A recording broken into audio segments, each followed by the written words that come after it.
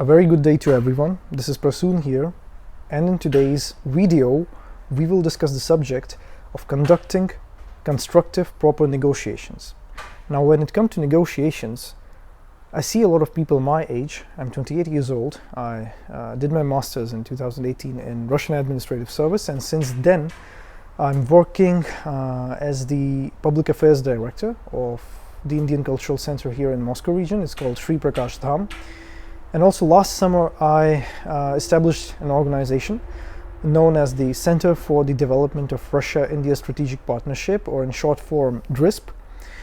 And I see in my line of work that a lot of people my age and elder to me also, they approach the process of business negotiations and business communications kind of lightly. Like they feel that if I have a meeting fixed with someone, even if I don't know that person, and even if I have all the agenda set in my head, it's not necessary to be prepared for the meeting.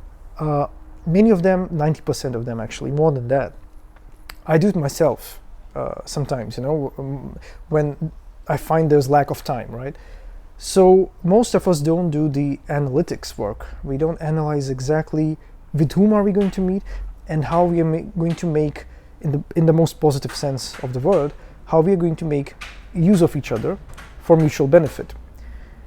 I'm sorry a bit for the noise in the background. I'm actually recording this video outside because it's such a blissful weather. It rarely happens in Moscow that there is such blissful weather. We have the summers in Moscow really beautiful, and they are there for like 2-3 months. So I just love staying outside when it's sunshine, when it's a good weather.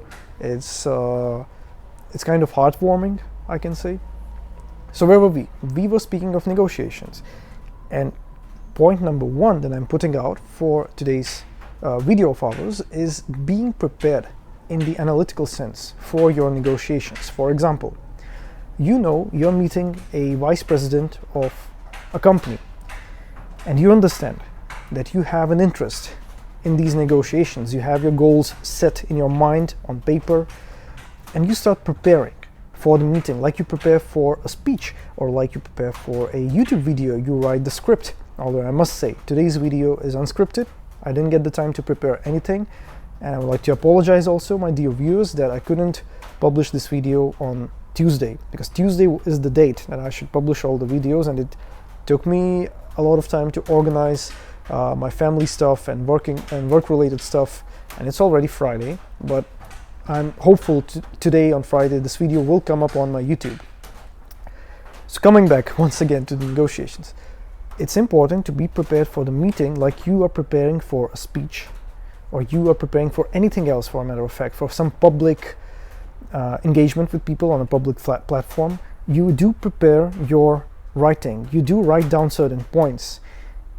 And this has two aspects. Now, one aspect is the person with whom you're meeting, and the aspect number two is what you're going to convey, the communication, the strategic communication, the message. So number one is with whom you're going to meet, and that person must be known to you even before you meet him. Sun Tzu, he said this for war, for battles. He said, if you know your enemy and you know yourself, you will win 1,000 battles. In this sense, I would just like to paraphrase a bit. If you know the person with whom you are negotiating and you know your interests, the meeting will be successful, most probably. So it's important to analyze with whom you're meeting to establish their strategic interest. What is their interest in meeting you? What do they want to gain from you? Because if the conversation is only in the line of what you want from a person, that person will not be that interested. You have to understand, what can I offer to that person? This makes the business engagement more productive. Once that you have an understanding about this, then you establish, okay, what's the background of that person with whom I'm going to meet? Tomorrow, day after tomorrow, doesn't matter. It's better you prepare like 2-3 days before. Once you establish their line of work, the strategic aim, their family background, why not? Who were their parents? Do they have children? How long have they been in a particular sphere, working, for example, in the finance sector? For how long? Now, once you have established these things, trust me, you have a much more better understanding, and you know how to approach the meeting and what to convey. Now, The second aspect was what you will convey to the person, your messaging. That must be well established beforehand. Now, when it comes to the message, as a person, you will have strategic aims, the topmost level. Then you have the tactical level, and then you have the operational level. So your strategic aims, for example, in my case, is to develop the Russia-India economic relationship, trade relationship. Number 2 point is the tactical stage. So the tactics is all about certain measures and projects that will aid in the reaching of the strategic aim. Operational level is you're working and dealing with the people in that project, how you're going to organize that. So all of that should be set beforehand. Why is this important? Number one, when you go to a meeting, you look more serious. They take you more seriously because they know that you are a person who has outlined his aims in life. You're not wandering from one place to another. You have a particular goal towards which you're working. And number two, which is also very important, is that if you have outlined this, if you prepare for a meeting and you have outlined the points for the meeting beforehand, and you have a diary, for example, or a notebook on which you write down this, and the person sees that, I've seen this in my experience many times, almost every day, you're taken much more seriously by that person. They understand that you are diligent, that you are disciplined, and I'm sorry for the camera there. I'm really sorry for that. It's, once again, as I said, I'm recording the video outside.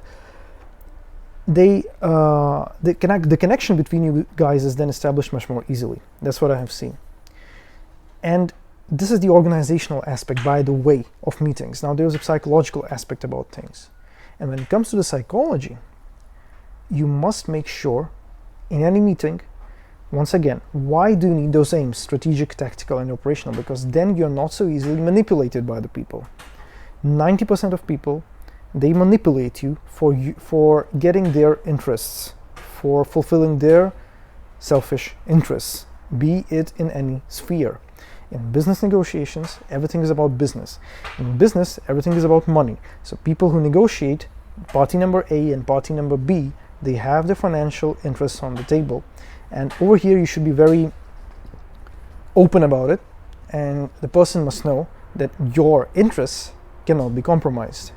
Yes, diplomacy should be there. Not the word compromise, but adjustment, right? There should be some form of adjustment so that the party A and party B, in negotiations, they can fulfill more or less what they want together, mutually beneficial.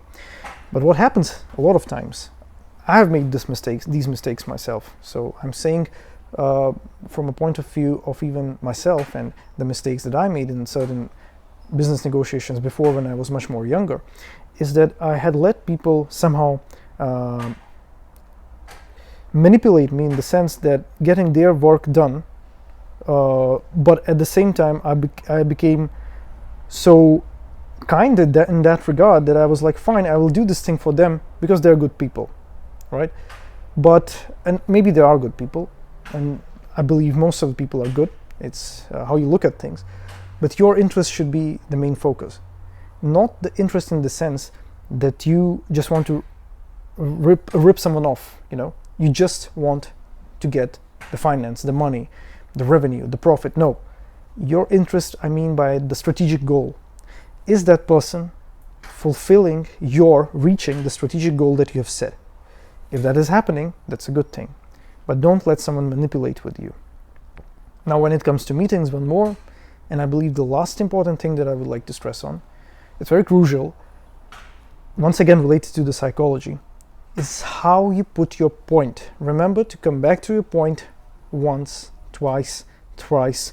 Do it in a beautiful manner, do it diplomatically. Don't make it look like you're putting pressure on someone. That will not work. Once you start pressurizing someone to do something, that person will disappear. That party will disappear. It will not further conduct negotiations with you. So make sure you do it subtly. Learn the diplomatic way of doing things. I always believe that intellect is very important, because relationships are built not only by our brains, right? By taking it in a way that I should have only my mental capacities of my brain involved here, my intellect involved here, and then I will build a relationship. relationships are also built, even business relationships, from the heart, right? So you must be open. People must find you a positive person, but at the same time they should understand that you have a very strong spine behind you, right? That you are ready to stand firm on your point. So a combination of brains, a good heart, and a strong spine, it will make you very successful in terms of getting the deals and getting the projects done the way that you want them to be done. So I believe for today this much will be enough. I would once again like to say I'm not some motivational speaker. I'm not that at all. And these videos, or these kind of videos that I will make in the future, are actually me sharing my life experiences and sharing them with my fellow people from the same age group, my fellow mates, so to speak, so that they don't make the same mistakes that maybe I made at some point of time. And I'm just sharing it from my prism, and I hope you like it. I hope you subscribe to my channel, at least subscribe, and then if you have a bit more time, then maybe put a like, or even a bit more time, then you can comment on it. But I've just begun this project, this YouTube channel, and I believe I will take it very slowly and steadily. I don't want it to, I'm not really doing this for views or for subscriptions. I'm doing this to present myself, who am I as a person, so that people, when they even my partners, they go on the web and they browse Prasoon Prakash, they can have a look exactly at who I am, what is my worldview, right?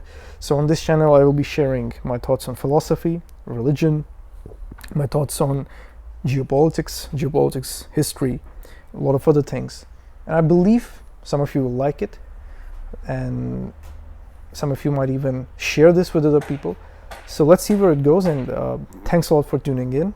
The next time I will try not to be late, but once again I will not promise, because the workload is too much these days. There's a lot of projects that we are dealing in the context of Russia-India strategic partnership, and we must take this forward, because someone has to take this forward. These are the things that are very important for our countries, and I believe this whole world, we should all stay together and be there for each other. And in the context of Russia and India strategic partnership, both the countries have proved their friendship to each other, and I would like to develop on that. So thanks a lot once again, and I would like to see your comments, your likes, and maybe suggestions for future videos. Stay in touch. Bye.